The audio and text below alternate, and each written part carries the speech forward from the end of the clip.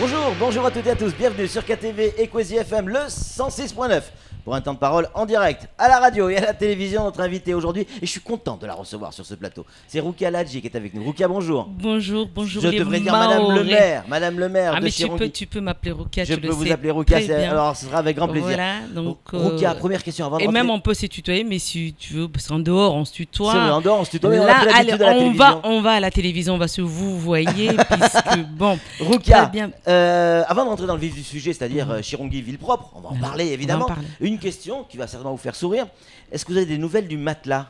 Le fameux matelas que vous avez ramené avec le préfet de Rache à l'époque. Ce qui est sûr, c'est que ce matelas était parti à la décharge anciennement sauvage et qu'aujourd'hui, depuis cette semaine d'ailleurs, enfin cette décharge, elle est vraiment fermée parce qu'elle était fermée sur le plan administratif depuis quelques mois, mais en réalité, elle fonctionnait toujours. Mais cette fois-ci, elle est bien fermée puisque j'ai vu les camions partir sur le quai de transfert. Donc, et ça, c'est une bonne nouvelle. C'est une bonne nouvelle. Voilà. Alors, Chirongui, ville propre, ça, c'est presque tous les ans. Vous lancez cette opération. Cette année, encore une fois, mais ça a mobilisé peut-être plus que les années précédentes.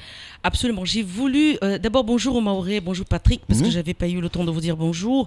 L'ensemble des Mahorais, à ma population de Chirongui en particulier. Bien sûr. Et on les salue. Surtout, voilà, on les salue effectivement. Surtout de dire, effectivement, Patrick, c'est pas une opération d'aujourd'hui. Nous avons toujours fait des opérations de nettoyage. On a vu des résultats. On a Chirongui, quand même, qui est, on dit, assez propre, pas tellement propre, mais...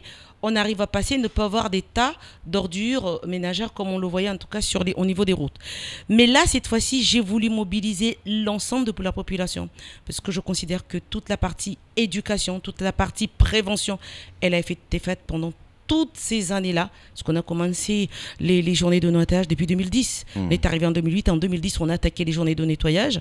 On a continué. On a même eu ce préfet qui a joué le jeu et qui est venu nettoyer. Voilà, c'était des Raches qui est venu nettoyer. Je salue d'ailleurs de cette initiative. Nettoyer avec nous encore les routes, les rivières, tous les coins, entre guillemets, qui étaient très concernés, santé publique. De toute façon, c'est une question de santé publique. Et les résultats ne sont pas réellement ce qu'on voudrait, ne sont pas les résultats attendus réellement. C'est à cause de quoi, Roukia? Est-ce que les gens se disent, puisqu'il y a des gens qui nettoient, allez, on salit? Alors, je pense, il y a ça, mais il y a autre chose aussi. Il y a une question qu'il n'y a pas, parce que j'ai compris une chose, et c'est pas seulement le Mahorais, c'est tout, c'est comme la voiture. On n'aurait pas eu la répression de dire vous aurez une amende lorsque vous ne mettez pas la ceinture, personne n'aurait mis sa ceinture. Je le vois ailleurs, d'ailleurs, là, c'est pas obligé. Donc là, je vois le téléphone au volant, etc., etc. La personne, en fait, l'humain, est fait comme ça. Tout ce qu'il peut faire et qu'on ne le représente pas, il dit après tout, je peux faire, je fais. S'il n'y a pas de répréhension. Voilà. Donc, mais ce n'est pas pour nous la seule mesure. C'est pour ça que nous avons fait pendant 4 ans, 5 ans, d'abord cette mesure de prévention, éducation.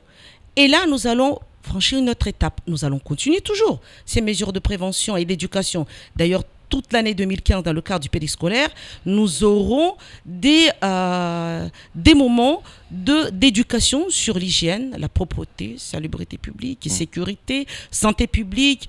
Et je remercie d'ailleurs tous les différents partenaires. On va le faire tout à l'heure. Mais la différence par rapport à avant, c'est que maintenant, il va y avoir des amendes. Il va y avoir, je l'avais déjà annoncé, ça. Mais là, ça y est, ça se met en place. Là ça se met en place. Et ce n'est pas qu'avant, on ne pouvait pas le mettre en place. Mais j'avais privilégié encore une fois la prévention et l'éducation. Mais là, cette fois-ci, c'est vraiment pour leur dire, ce n'est pas que je veux vous mettre des amendes, non. Je veux juste qu'on se respecte. Je veux juste que ceux qui prennent soin de respecter les autres en termes d'hygiène, de sécurité, de santé publique, de salubrité, eh bien que les autres fassent la même chose. Alors concrètement, Roukia, dans quel cas je risque de prendre une amende? J'habite Chirongui, je sors mes ordures, je les mets dans ma poubelle quand il y en a une, parce que ça aussi, il faut en parler, je la mets dans ma poubelle, mais il y a des gamins qui viennent et qui fouillent les poubelles et qui arrachent tout et qui en mettent partout. Ou des chiens, ça arrive aussi. Est-ce que là, je peux être pénalisé? Alors, c'est pas du tout ça, puisque ce qui va être pénalisant, c'est quoi? C'est d'abord, il y a des jours de ramassage. C'est très clair. Nous avons un règlement de voirie. Ça va être sorti en 2000 exemplaires. Donc, la population de Chirongui va être au courant. Voilà, destinataires de ce règlement. C'est pas un règlement qui est difficile parce qu'il est caricaturé, donc voilà, vulgarisé. C'est-à-dire, c'est en quelques pages, en 23 pages d'ailleurs, et avec des images pour mieux comprendre ceux qui ne savent pas lire, mais ils verront bien les images qu'il interdit. Donc, rien que ça, on donne les heures de dépôt de déchets. De 5 heures du matin à 7 heures, on doit sortir les déchets. Entre 5 heures du matin et à 19 heures. À 7 heures du matin, j'ai pas dit 19 heures. Entre 5 heures et 7 heures du matin. Entre 5 heures et 7 heures du matin. On sort les déchets. On sort les déchets. D'accord. Nous, après, derrière, on prend le relais, on les ramasse. À partir de là, on ne doit plus voir des déchets. Donc, c'est ceux qui vont déposer des déchets après 7 heures. Ceux-là, ils risquent une amende? Ah, ceux-là, ils risquent. Ceux-là, ils risquent parce que ça veut dire qu'ils ne respectent pas les autres.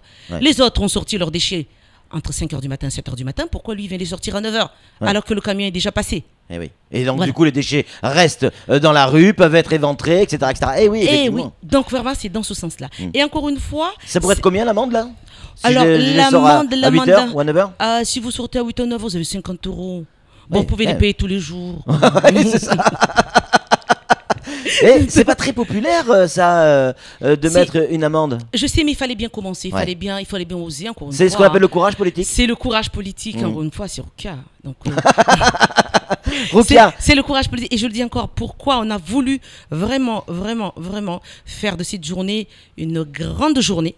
Parce que nous voulons que tout le monde le sache. Nous voulons que les Mahorais sachent qu'il y a une volonté de faire de la commune de Chirongui une ville propre et nous invitons tous les Mahorais, la population de Chirongui en particulier, tout confondu, que ce soit les Mouzungu, que ce soit les Comoriens, les Malgaches, les Mahorais, les Timkouraïens, les Porwaniens, Malamaniens, Chironguiens, Mirereniens, tous, nous vous invitons à cette grande journée parce que nous allons nettoyer, après c'est nous-mêmes qui nous allons maintenir la ville propre.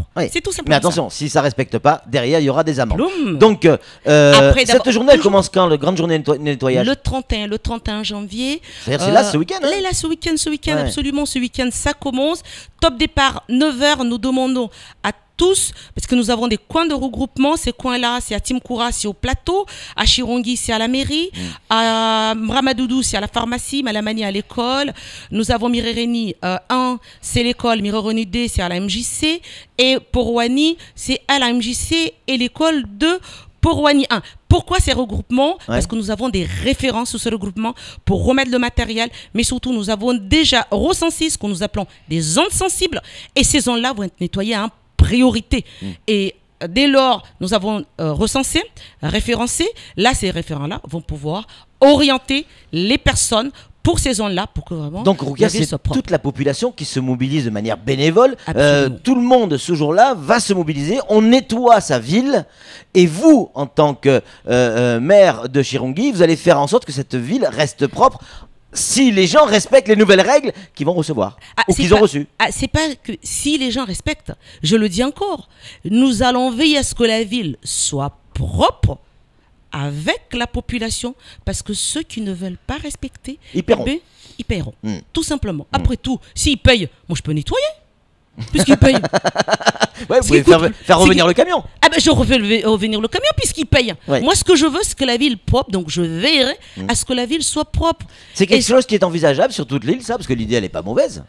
Alors l'idée n'est pas mauvaise, c'est pour ça qu'il fallait bien l'essayer, il fait bel et bien la commencer, et si elle marche, et j'espère bien qu'elle va marcher, parce que nous avons mis les moyens, la commune a vraiment investi énormément en moyens pour ça, même pour cette journée, rien que pour cette journée, on a investi plus de 4 000 euros. De petits matériels, que ce soit en gants, les pelles... C'est de l'argent, 4 000 euros. C'est de l'argent, donc c'est de l'argent public, mais pour l'intérêt public. Ah oui. Et là, si on ne peut pas se permettre d'avoir 4 000 euros tous les ans pour faire de la journée de nettoyage et puis le lendemain de voir les routes sales, même la population ne peut pas accepter cela. Et encore, là je vais dire, c'est pas seulement la population, je vais dire, mais y compris tous les agents seront là.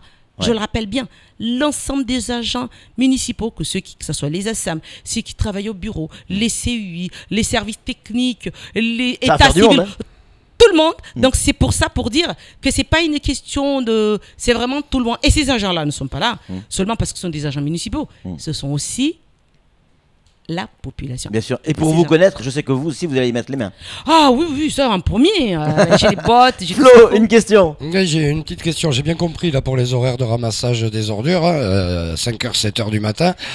Si je suis champion du monde du sport olympique, je jette ma canette par la fenêtre de la voiture. Ça, c'est le plus dur.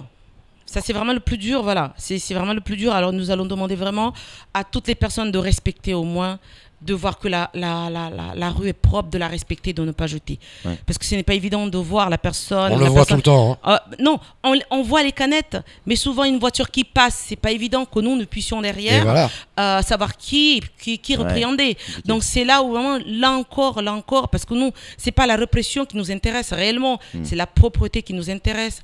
Donc moi, le message que je lance, notamment parce que la plupart de ceux qui jettent, c'est qui ? Nous, les automobilistes. Je demande aux automobilistes de garder les canettes dans la voiture et de les jeter.